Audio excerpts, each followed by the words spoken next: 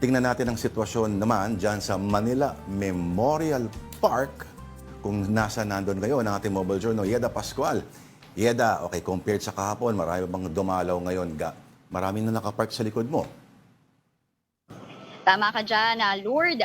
Kung ikukumpara kahapon, malaki talaga yung difference. Kasi kahapon, from 12 midnight to 6 p.m., nasa 80,000 yung pumunta dito sa Manila Memorial Park. Pero ngayong araw, as of 1:30 p.m., ay nasa 105,000 na yung pumunta dito ayon yan sa management ng sementeryo. So talagang malaki yung difference. At ang problema nga dito ay yung traffic at yung parking sa dami ng pumupunta. Pero meron namang mga nag-a-assist na mga traffic officials para sa mga bumibisita dito. Ako nga, nakamotor, ay talagang nahirapan din dahil sa haba ng pila at tapos panay one way yung daan at malayo talaga yung iikutan. So ayun lang naman yung problema dito. So far, wala namang kaguluhan na nangyari except siguro sa isang matanda na hinimatay dala ng sobrang init na panahon. Kaya paalala din ng mga management sa pupunta ay huwag kalimutan na magdala ng pamaypay, ng payong, ng portable fan at ng tent dahil talagang tirik yung araw dito.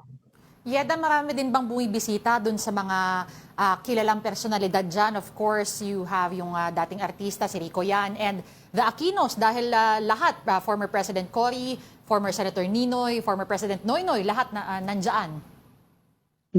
Yes, tama ka dyan, Denise. Kanina, marami nang bumisita doon sa musileo ng pamilya Aquino. Nakikita ko na maraming nagbigay nga ng mga bulaklak. Meron ding mga religious groups na nag-alay ng panalangin at ng bulaklak. Kabilang na rin dyan sa nagbigay ay si Pangulong Bongbong Marcos. So talagang mayat-maya yung pagdating ng mga bisita, mga supporters ng Aquino family doon. Pero wala tayong naabutang kamag-anak. Pagdating naman kay Rico Yan, pinuntahan din natin yung kanyang musileo, abutan natin doon yung kanyang mga pamilya. So na-interview ko doon si Alfie, yung kanyang pamangkin na kahit paano sumisikat din online dahil nakakawig nga sa kanyang tsuhin. Ang sabi ng bata, grateful siya dahil hanggang ngayon marami pa rin yung sumasadyang supporters ni Rico Yan para puntahan yung kanyang puntod. Nakita ko nga kanina na meron pang patarpaulin ng Rico and Claudine love team doon. Pero yung family, wala silang idea kung kailan pupunta bibisita si Miss Claudine Barreto.